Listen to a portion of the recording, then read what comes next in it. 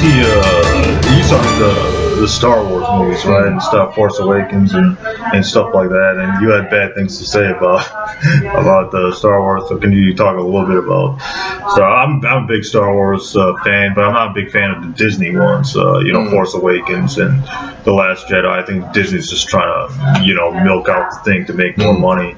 So your thoughts on Star Wars and stuff like that? Well, I was a Star Wars fanatic when it came out. I was there at the theater in May of 1977 on the very first day, and I was really blown away by it, and I saw it over the next year, I guess, about 25 times in the theater. I'd never do that now, even though I'm not in other ways.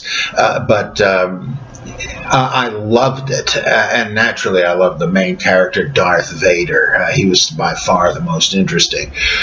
I saw Empire Strikes Back a couple of times in the theater, and it started to weaken. The dialogue between Han Solo and Princess Leia struck me as being borrowed from a bad piece of fan fiction. I didn't like that. And then when he goes to Dagobah and meets Fozzie Bear, who trains him as a Jedi, no, this is a ruined film, did I not?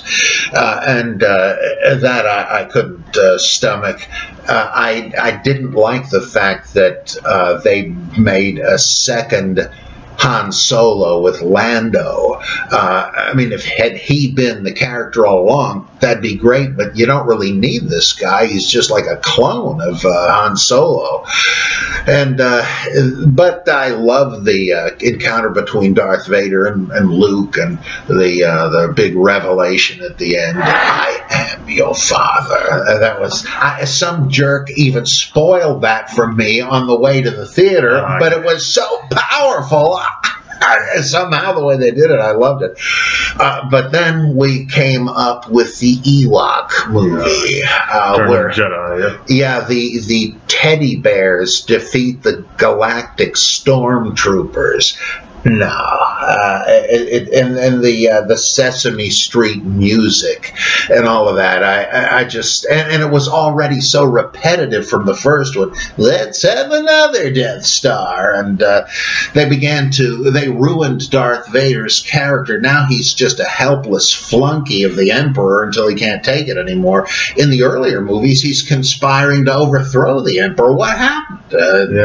Too much Prozac or something. And then the three prequels I thought were a little too silly, like the drag race. Pod racing, yeah. I liked Qui-Gon Jinn. I wish the whole thing had been about him. He was a real good character. Yeah, they killed him off too early, right? Yeah. And then later they say that somehow he wasn't merged into the Force, and he's going to, in his ghostly form, complete Obi-Wan's training or something. Well, we never hear any more about that. I mean, I thought he was one of my favorite characters. And then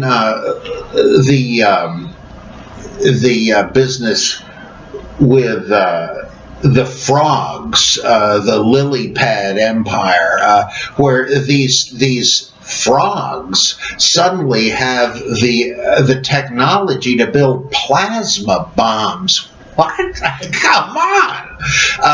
It can be fantasy, but it shouldn't be absurd, and that was.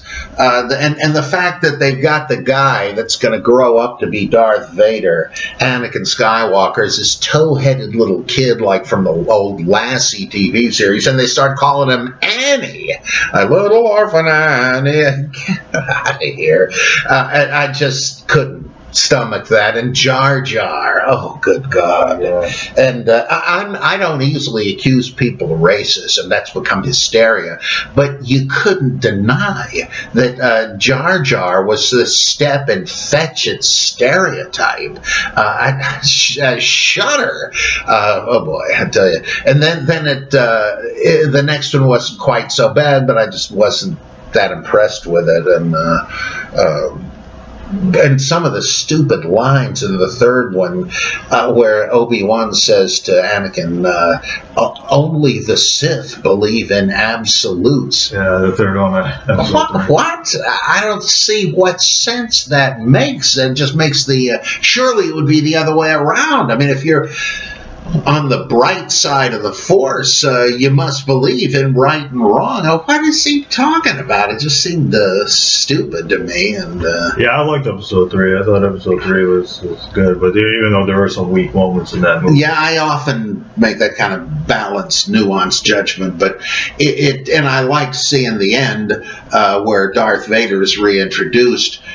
But one problem I had with that, and maybe I misunderstood, they're standing on Vader and Tarkin are standing on the bridge of the Death Star, and while they've delivered Luke and Leia to Owen and the other guy, Antilles, whatever, you get the impression that Darth Vader and Tarkin are going to be standing there for the next 20 years. I mean, it's like they're setting it up to mesh with so-called Episode 4. What, are they going to just hang around there for the whole time?